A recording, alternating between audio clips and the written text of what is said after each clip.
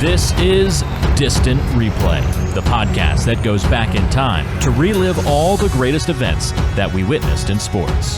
From upsets, to championships, to cultural moments, we discuss it all.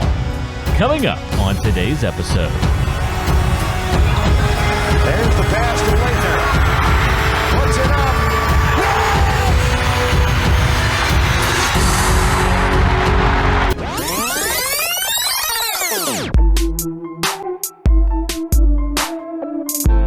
Well, it was one of the greatest shots in basketball. I'm going to throw out basketball history. Forget specifying college versus NBA. It is one of the greatest shots the sport of basketball has ever seen, and it came from a guy that not a lot of people like. Christian Laettner. It is Duke, Kentucky. It is the Elite Eight from 1992. One of the greatest games in college basketball history. That is the focus of today's Distant Replay podcast. Thanks for joining us. I'm Ben George alongside Mike Noto as we hop into another episode here, episode number 13, lucky number 13. And make sure you follow us on Twitter at Distant Podcast, online, Distant Replay Podcast. This game will be posted there. And then YouTube. The full show will be archived on YouTube as well if you prefer to listen to it there. So, Mike, Elite Eight, Duke, Kentucky, one of the greatest games. You probably remember a lot about this one, right? The best basketball game I've ever watched.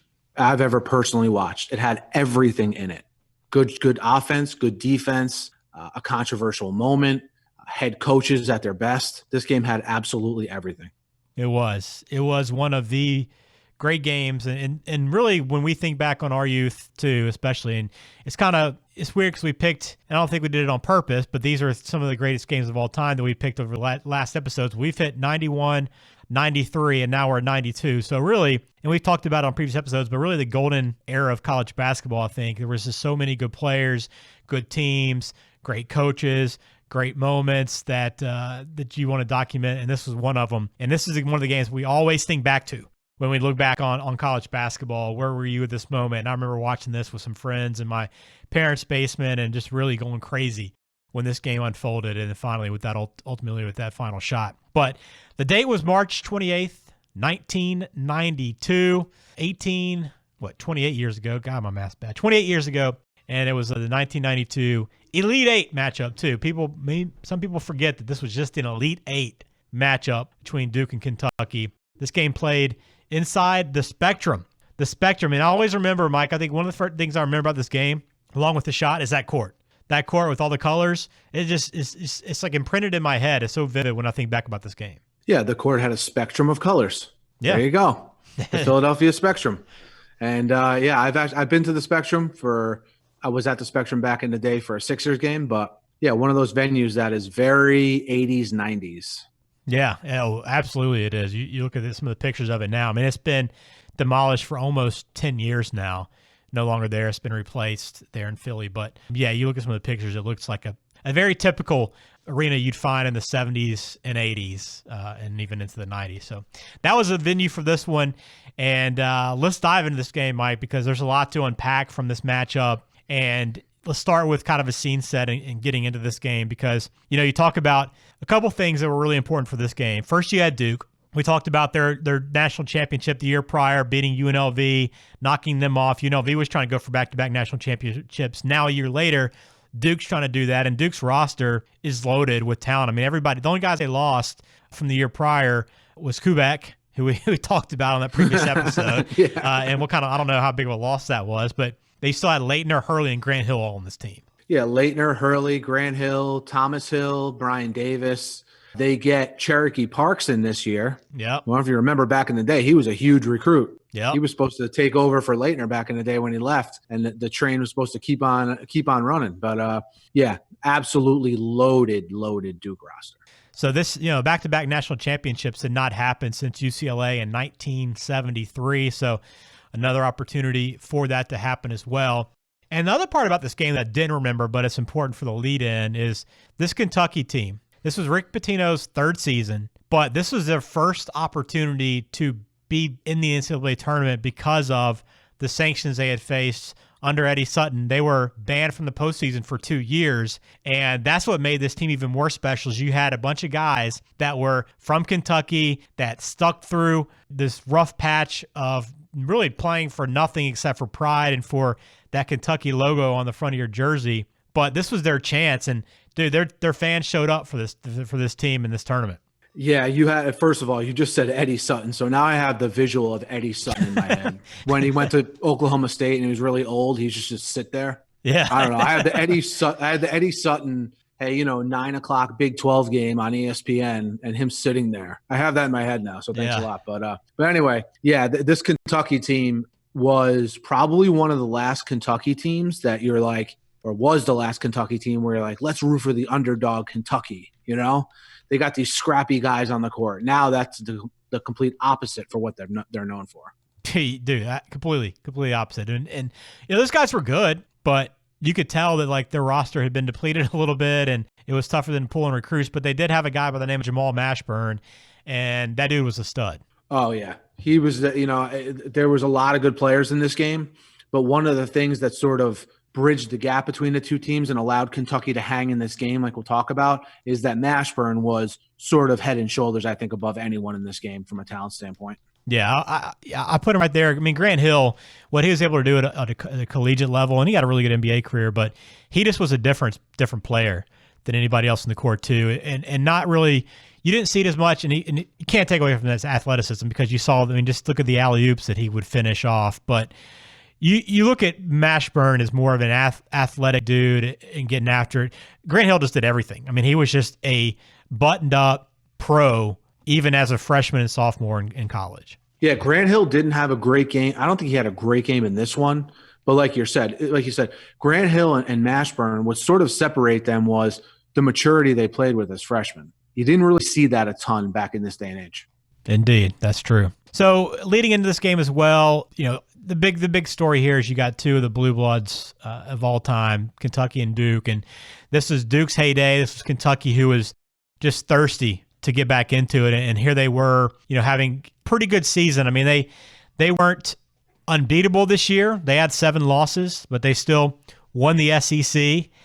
They won the SEC East, I should say. Arkansas ended up being a little slightly better in conference play, but Kentucky's still a top 10 team and really had the pieces there. But they really were just, this matchup, you couldn't draw it up any better. If you had to pick two teams to face each other in a tournament, there's always a handful of teams you want to see, but to get a Duke-Kentucky matchup in the tournament, Elite Eight, chance to go to Final Four was just a perfect dream scenario for this whole stage to be set and for the game to play out the way it did. Yeah, two blue bloods, like you said, Duke, Kentucky, a great Eastern Regional. I don't know if you caught who the complete Eastern Regional was, but you had UMass, the Sweet 16 matchups were UMass versus Kentucky. So you had a young Calipari with the Lou Rowe, Derek Kellogg, Mike Williams team. I don't know if you even remember them. Yeah. It was when Calipari first burst on the scene. Right. So you have Calipari versus Patino in one regional semifinal. And then the other one was Duke and Seton Hall. And that was the Seton Hall team that I actually watched a lot that year because I had a personal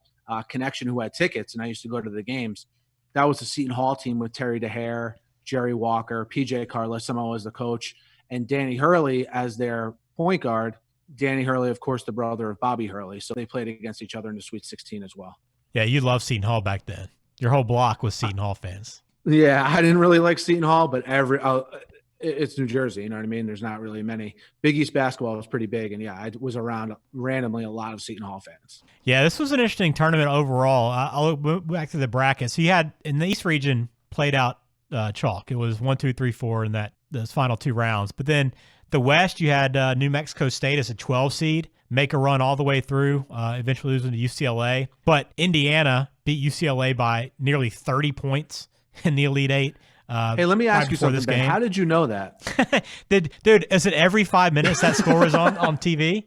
They must have told Vern, hey, Vern, we don't care what you do in this game, but there's 2 things you have to do. You have to, 1, show the graphic. Make sure when we show the graphic of Indiana and UCLA, mention that 10 times. And also make sure to preview the games for tomorrow, the other regional finals, which were Memphis, Cincinnati, and Michigan, Ohio State. They must have showed those 2 graphics each 10 times during the game. Amazing.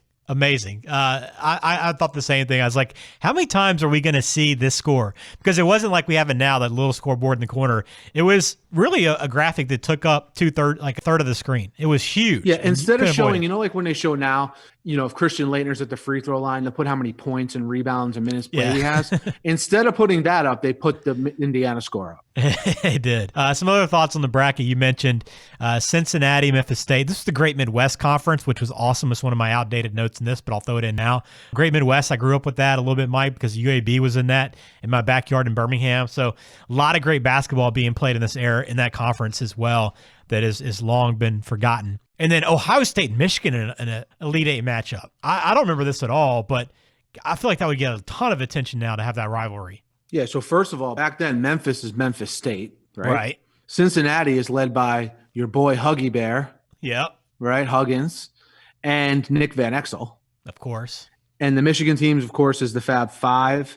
And then Ohio State, was this the Jim Jackson, Lawrence Funderburk years? Probably. Don't remember, but they were the 1 seed. Remember that? Remember those teams? Yeah, great teams.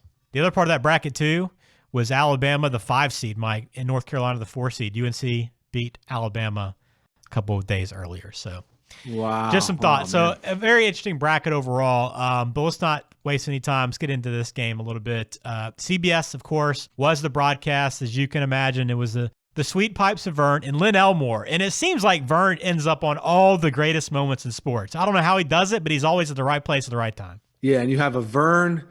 See, if you're a little younger listening to this, it's not Vern like the most recent version of Vern that we got.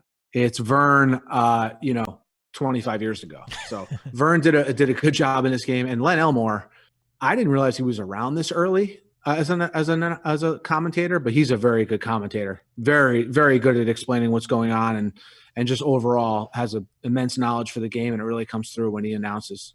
Yeah, it does. Let's look at the rosters quickly. Starting 5 for Kentucky: Jamal Mashburn, Sean Woods, John Pelfrey, Himel Martinez, and Richie Farmer. On the other side, your starting lineup might be a little bit surprising, Mike. Bobby Hurley, Laettner, Brian Davis, Thomas Hill, and Antonio Lang. Missing from that starting lineup was Grant Hill. I wrote that down. Like, what is Coach K trying to do? I mean, you have the second, probably a guy that would become, the second best player in Duke history when all was said and done, to Laettner. Is his sophomore year, which he's still paying his dues on the bench.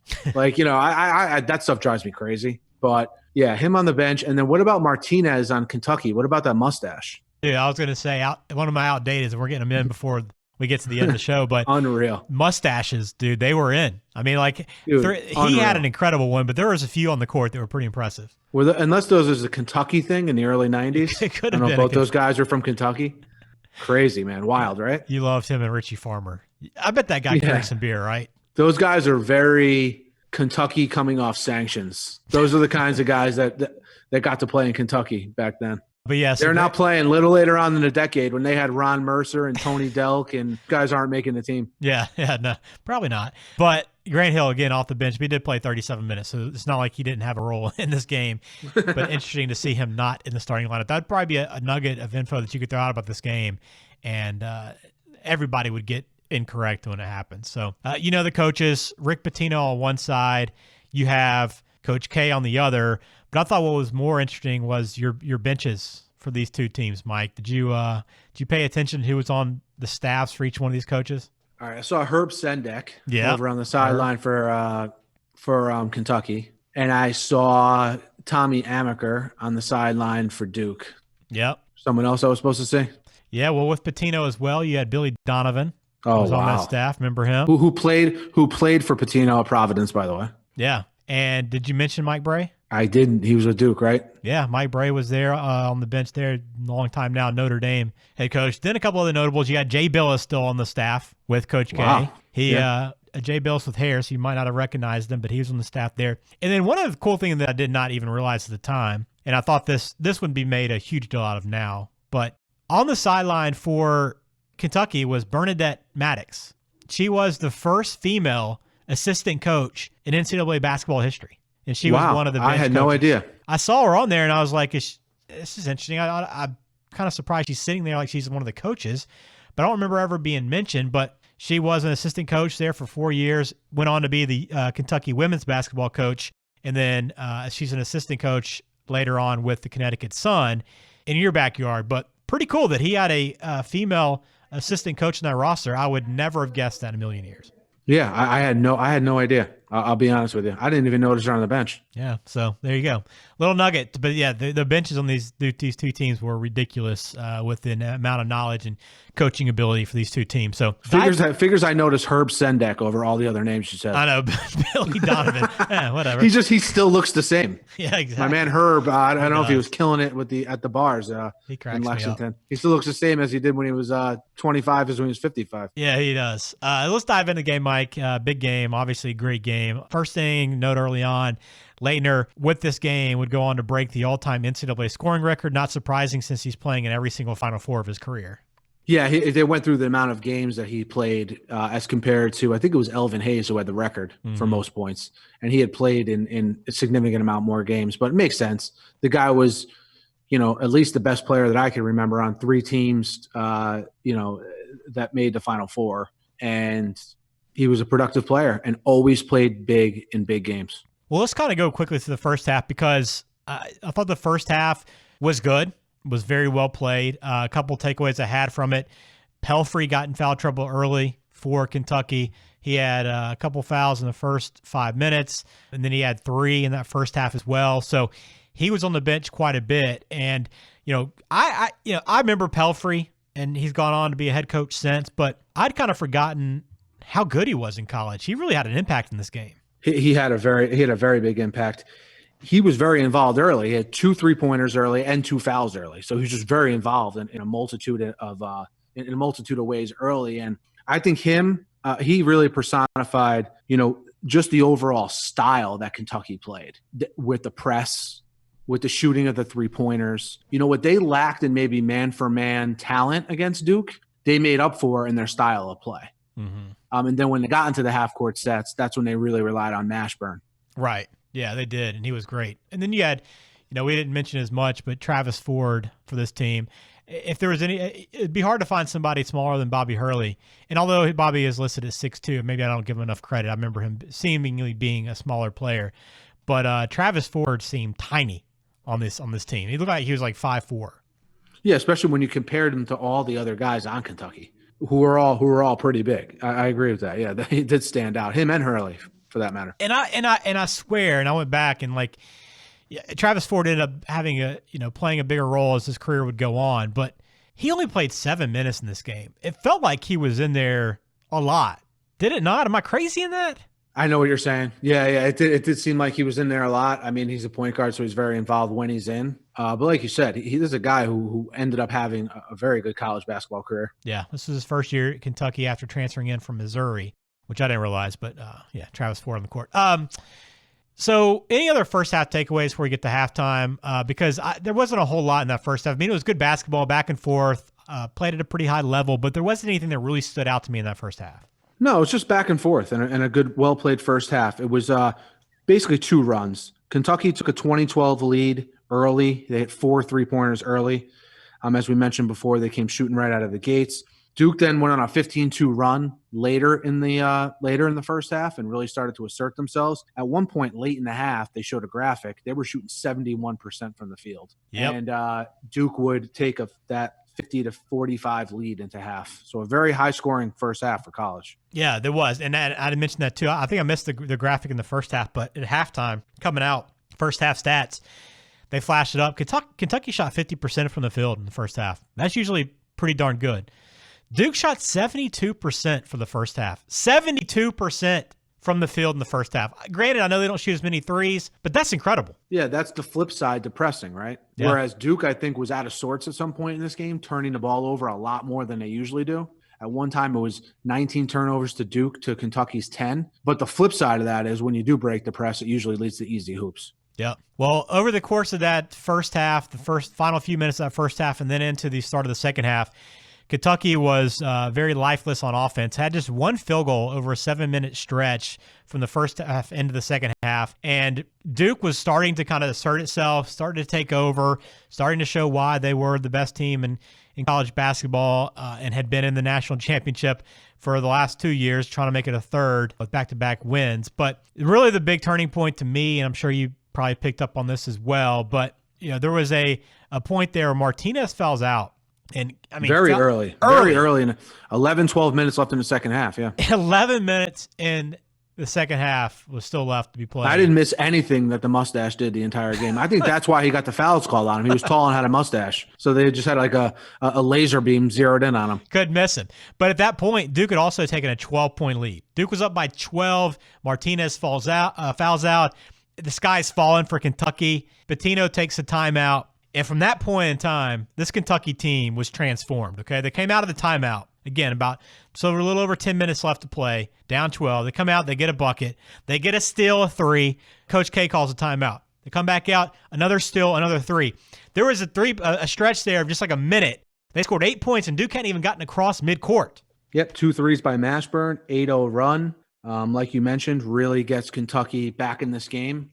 And from here on out, it'd be a close one down the stretch. Back and forth it would go. One of the more notable plays in this game. They really didn't get talked about unless you talk to a Carolina fan. They'll point this out. But right around the under 8, Laettner's stomp on the Kentucky player after he gets fouled attempting a layup.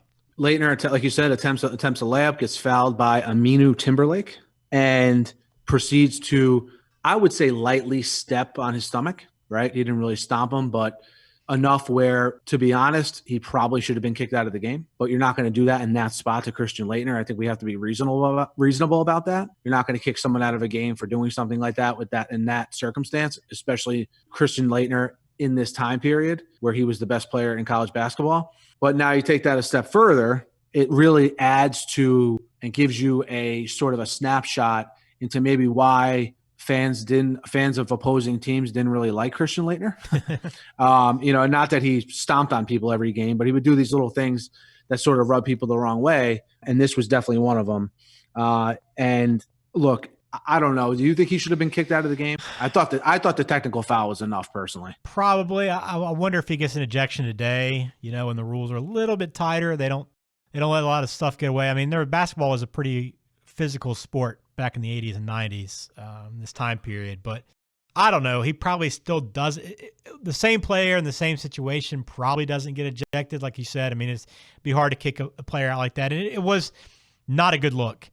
But it wasn't super egregious. You know what I mean? And not for nothing. Hey, CBS, can we get a replay of the play it took forever, by chance? didn't it? I mean, there was no replay. They showed one. They did show one. But it was like a couple minutes after, and it just happened really quickly. They should be going back to it over and over and over again. You mentioned the reaction. I think if this thing is shown on the Jumbotron over and over, like it would have been this day and age, it probably would have led the refs to maybe potentially take more drastic action. But I don't know. That's a tough spot for the refs. That's a good point. I don't know that they had video boards in this arena, right? Yeah, I don't think they did because I didn't hear any reaction. The crowd, which was very pro Kentucky, especially after this play, in my opinion, there was no real reaction that you normally hear when something's being played on a video board.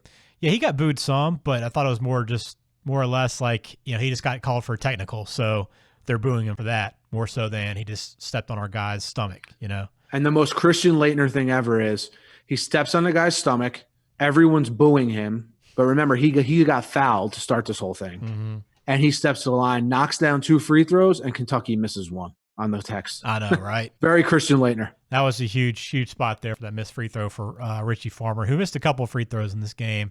I got the sense, I don't remember his career, but I got the sense he's probably an 85% free throw shooter over the course of his lifetime and missed a couple in this game in a key spot. But if Richie Farmer is not good at shooting, why is he on the court? That's my take.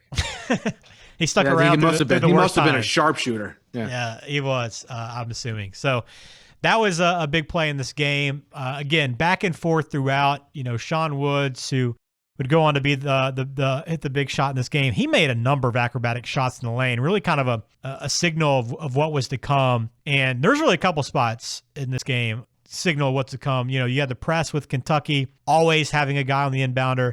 You had Sean Woods making a lot of acrobatic shots in the lane. And there was an inbounds play late in, I think it was the regulation, maybe it was late in overtime, where they had an inbounds to Laettner where he really caught it the same way on the sideline as a sideline inbounds, and he kind of pumped right and then turned back to the left and scored a bucket. So there's a couple of things that kind of signaled what was to come. But I thought Sean Woods was a very solid player in this game and probably got overshadowed a little bit by the way this thing finished. Yeah, so you had Mashburn, who goes without saying, he had a great game. He's a great player.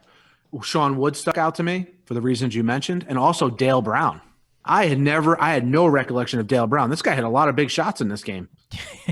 I think he had like 18 points. He had 18. He did have 18 points and 3 rebounds, the third leading scorer on this Kentucky team.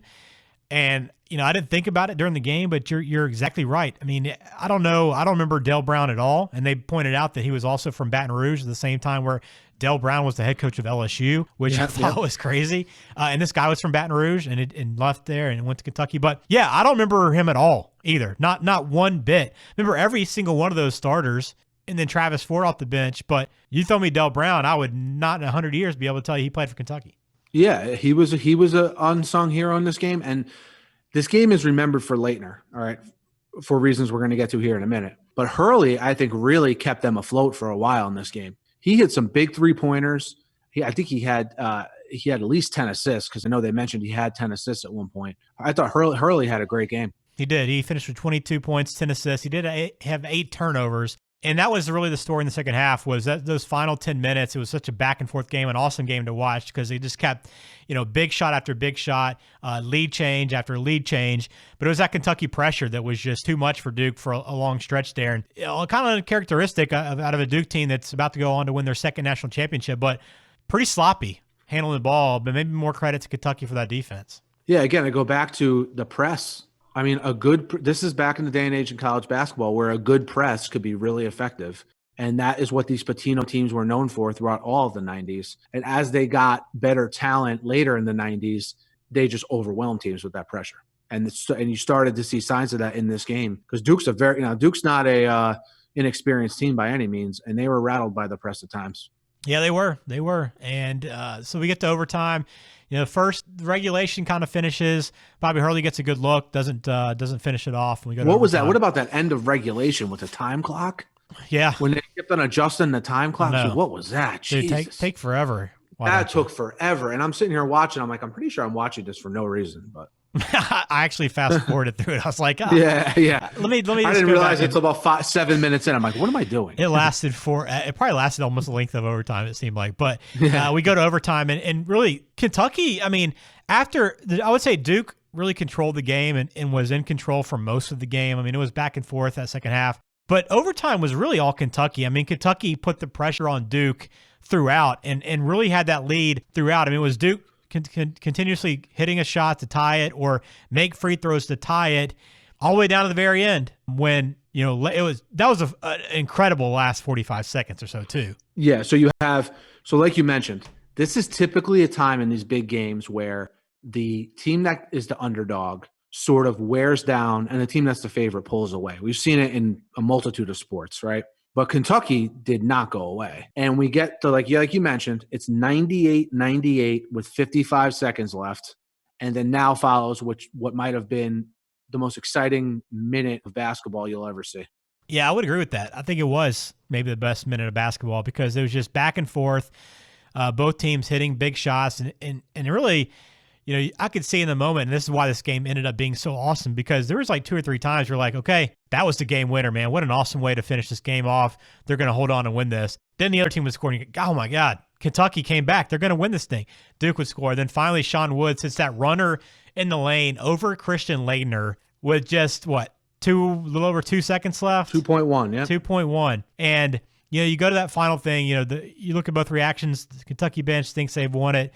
Duke kind of has a sense that the run's over, and they go call timeout, come out. And this play has been broken down many different ways, documentaries. You can find a lot of information on it. And, I think the biggest thing was after Kentucky's press all game, they don't have anybody on the inbounder, Grant Hill there. And, no pressure on him. And then nobody fronting Laettner on the other end was just a recipe for disaster. I mean, Laettner still hit the shot, but they did not make it difficult for him. Yeah, my thing is if you're going to take the guy off Grant Hill to presumably double Christian Laettner, right, which looked like was their plan, didn't Laettner have 2 guys in back of him when he caught the ball? Exactly, and I think that was so. Why not put one of those guys in front of Laettner? And I think I'm not 100% on this, but having watched some documentaries and some specials on this play, I believe this was a player's mistake not fronting him. Like they was told, gotcha. All right, one of you in front, one of you behind. ended up where they both ended up behind. Because it's not like Laettner did this elaborate cut or came off a screen and came to the foul line. Standing there. He was just standing at the foul line. Yeah. Yeah. And what seemed like the longest 2.1 seconds ever, by the way. Yeah, it really did. I mean, it wasn't a home clock situation, but yeah, it really did seem like it took a while. And yeah, it's just one of those situations where, you go back and you nitpick. But let's give credit to Grant Hill, first of all, for the throw. Mm-hmm. That's not an easy throw. If you've ever tried to throw a basketball flat-footed, so what is that, 84 feet, right? Something about, like that, yeah. Or 80-something feet. And to throw it on a dime where Laettner could catch it and do a move with it, that was a great pass. Yeah, it was pretty incredible. And the shot that we still talk about and everybody thinks about to this day was hit by Laettner. And, this doesn't get pointed out a lot, and it wasn't even pointed out on this broadcast. I mean, I don't feel like they made a big deal out of how well Laettner was playing. Did you feel that way? I mean, I think it was kind of like his I have this in my notes. So first of all, for those of you who are not aware, another thing this game is known for is that he didn't miss a shot the entire game. Yep. He's perfect from the field, perfect from the line. But his points weren't overwhelming or in spurts. They kind of came sporadically throughout the game. Mm-hmm. So there was never a point in time, like I just mentioned with Hurley, where you were like, man, he's having a great game. You never thought of it. But then in hindsight, when you went and looked at it, I think because like half of his points or like I think 10 of his points were free throws. Maybe that's why it didn't stick out as much. But yeah, I don't remember until after the game and in the aftermath thinking, wow, he's having a great game. And I don't remember the announcers commenting on it at all. No, he's 9 for 9 from 2, hit his only 3-point attempt and went 10 from 10 from the line, including, following that technical that he stomped on the guy and had everybody booing him, hit those free throws, and then obviously hit that big shot at the end. And hit some big free throws down the stretch too. I mean, to tie the game late. So, I mean, it was one of the, if you take that stomp out of it, it would have been maybe one of the greatest tournament performances of all time to hit all 20 of your shots that you take, 31 points, 7 rebounds, and to finish the game like he did. Really, I mean, it's an incredible performance, but like you said, very easy to dislike Christian Laettner. But what about Christian Laettner's mom? Was that his mom with the neck brace? Yes. So did you see so I figured that was his mom. Did you see the reaction when he hit the shot and one of her family members like went to go embrace her? Did you see that? Yes. And she looked at them like, what the hell are you doing? I have a neck brace on. Like she had a neck brace. It was a huge neck brace. It reminded me of the neck brace in My Cousin Vinny when he's talking to the guys outside the pool at the pool place. And the guy's got the big neck brace on. He's like, hey, where'd you get hurt? Your place or someone else's? That's what it reminded me of. Dude, she must have got, all kidding aside, she must have got really hurt. Why was there no story on that neck brace? Where was Leslie Visser on that? Why did we not know how this happened? Exactly. And how did we not get a shot of her until the final couple minutes of that game, too, by the way? You can't miss her. Dude, it was such a huge neck brace. I can't even stress it enough how huge the neck brace was. Watch this game for the neck brace alone is what we're trying to say. The neck brace and Martinez's mustache. Yes. Oh, classic 92 basketball. Final of this game, as you've seen everywhere, Duke 104, Kentucky 103. Duke would go on to win the national championship, and we might have to go to watch the semifinal game in this tournament, Mike. It was Duke and Indiana, a 3-point matchup, and an Indiana team that just came off a 30-point win over UCLA. I don't remember a ton about that Indiana team, but I would imagine that's a pretty Calvert good game Chaney, as well. baby, come on. We can't have too much Duke in this podcast, though. I guess we might have to wait a little bit before you get back to You that remember game. Calvert Chaney? Of course, don't you? yeah, I do. I just don't remember this yeah. team that much because Duke overshadowed them. And I mean, we're still talking about this Elite Eight game for the longest time, but there was really two good Final Four games before Michigan would get hit pretty hard by Duke at the end. And then on the other side of that, for this Kentucky team, we know what Kentucky would go on to do. I mean, Rick Pitino would go on to have some of the best teams in college basketball over the next decade before his falling out in Lexington. Yeah, I know Pitino is known for a lot of different things at this point in his career and in his life, but make no mistake about it, the guy can coach. I mean, it's just everywhere he's been, even when he got to Louisville, where I don't think his teams were really over the top talented.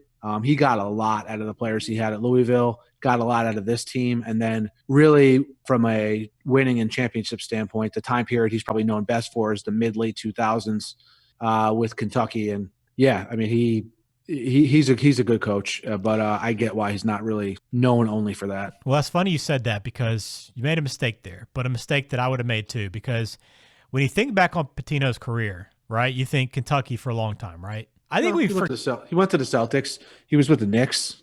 Right, but he coached from 89 to 97 at Kentucky, okay? He coached to 2001 with the Celtics. He coached for 16 years with Louisville. Oh, yeah. No, I know he was at Louisville for a long time. I know that. Yeah. I just never remember his Louisville rosters being as talented as those Kentucky teams would be from let's say 94 through 97. Those last 3 years were incredibly loaded, in which has landed him a spot with Boston there in the Celtics. So, and Rick tried to coach the 3-point pressing game in the NBA. So for those of you who don't know that, go watch some of those Celtics. He had Walter McCarty too. He had some Celtics on it. I was some Kentucky guys on his team too. And he tried to do the pressing, 3-point shooting. Let's treat my players like they're in college game plan with the pros. And obviously, as you probably know, it didn't work. Well, after his fallout at Louisville with NCAA, he coached a few years in Greece, and now he's with Iona, Mike. Now the new head coach at Iona. The Gales. I would imagine we'll hear from Rick Pitino again before it's all said and done, but he's right there in New York, kind of in the heart of where it's all happened for him throughout his career. So pretty cool to see that come full circle. I look forward to having him back in college, whether or not you like him as a person or not. He's a great coach, as Mike said. Some other post-game thoughts. Big takeaway, Mike, from this game. I mean, it was everything that you really could hope for, right? I mean, in terms of how this game was played and the high level it was played at. Yeah, this game was great. I mean, look, you have a high-scoring game. You have the best players on each team playing like it. You have the two coaches at the top of their game and two of the better coaches in the last, let's say 25, 30 years in college basketball. And this game just delivered every single turn it delivered. You had miraculous shots. You actually had two of them, because the shot by Sean Woods is kind of lost in this game. Yeah. Although, as Len Elmore pointed out, it was a bad shot that happened to go in. Yeah, terrible but still, shot. Just to have the stones to even shoot a shot like that. You're going to have, I think, two of the greatest shots that will never be talked about. That one and then Marcus Page for UNC when they lost to Villanova. The same situation. Two of the greatest shots ever you'll see there, and they were overshadowed immediately by bigger shots that will go on forever. So, yeah, great finish there as well. Some what-if scenarios, Mike.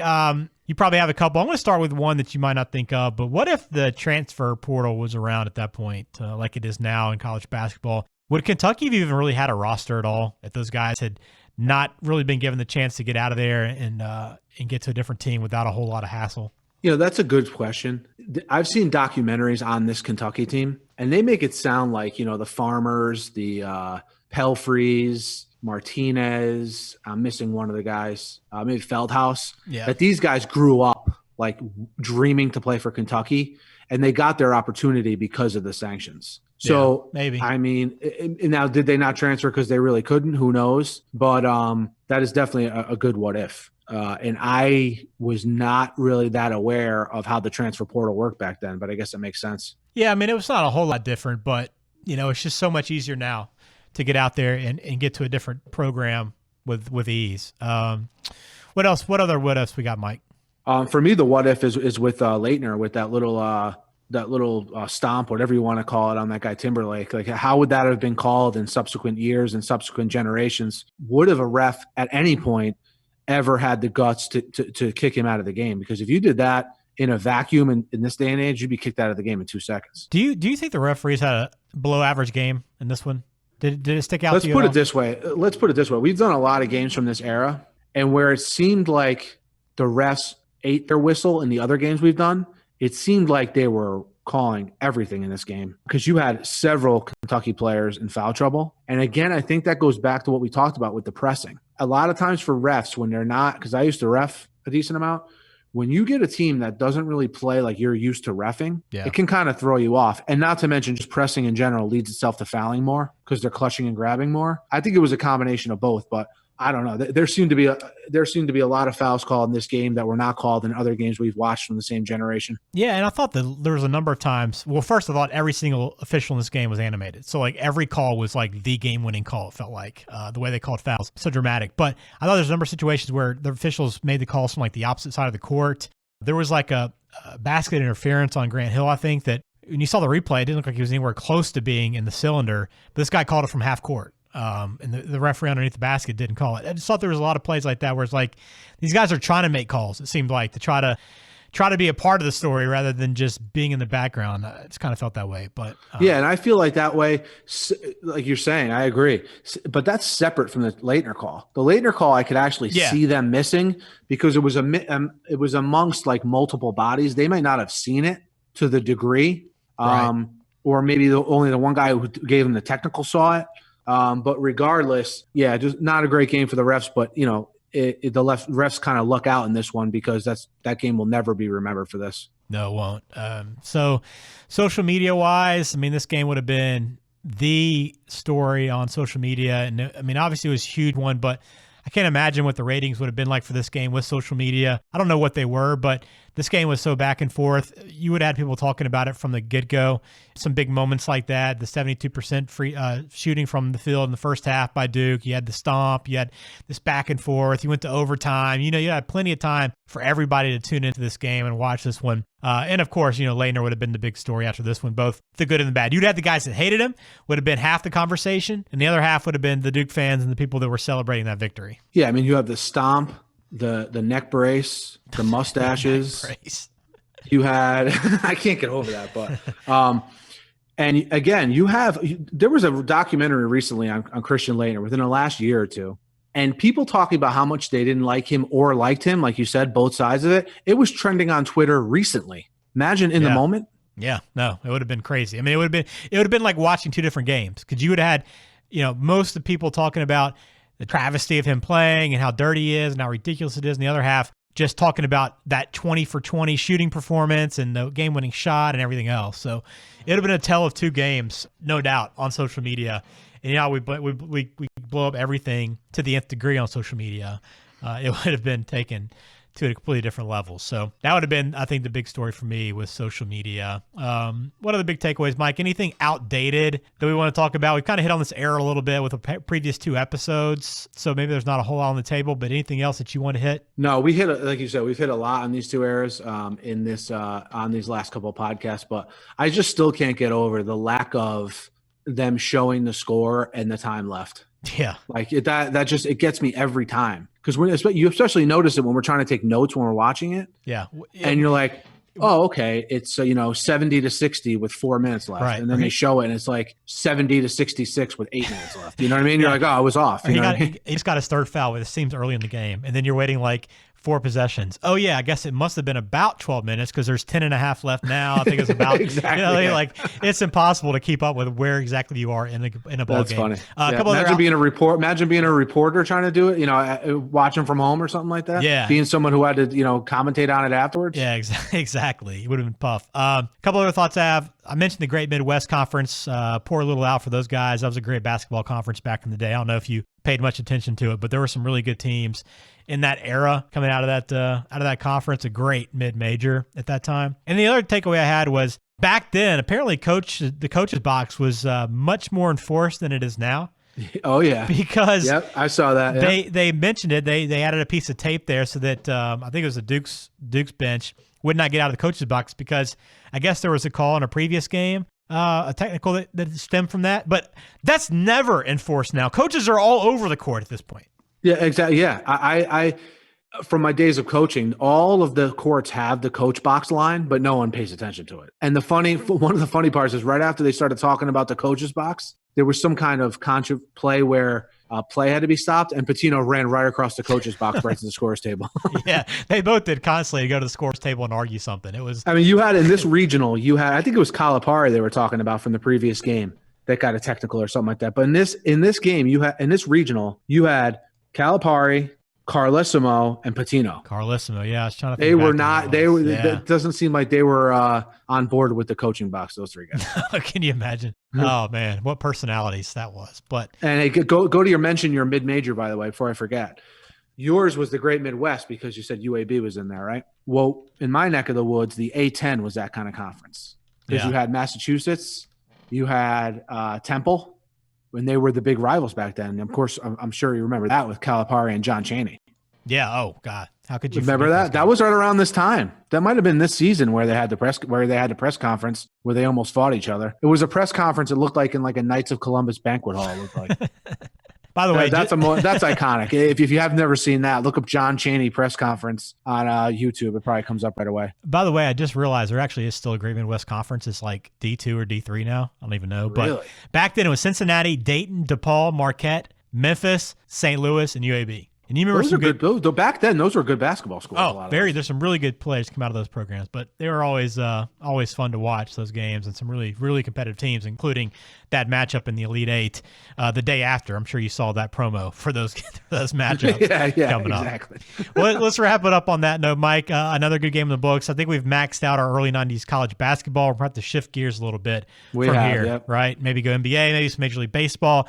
No matter what, we're in a day and age when this is recorded where everybody's at home watching old sports. So this is the end thing. This is all the rage right now. Yeah, absolutely. Yeah. So, yeah, the world is caught up to us, Ben. We're going to have to figure out the next big trend. No doubt. So follow us on Twitter, Distant Podcast. Check out the website. This game will be up there, full broadcast. You can watch it, the YouTube link there on distantreplaypodcast.com. You can also go to our YouTube channel, Distant Replay Podcast. Search us there, and you'll find all these shows archived as well. Go back and listen to them as you start to try to pass the time with coronavirus and you start to discover how much fun it is to go back and watch these old sports. We're there for you either way. Hit subscribe too, please, if you would. We would really appreciate that as well. And let's wrap it up on that note. Mike, enjoyed this one. Looking forward to the next episode. Absolutely. We'll see you guys next week.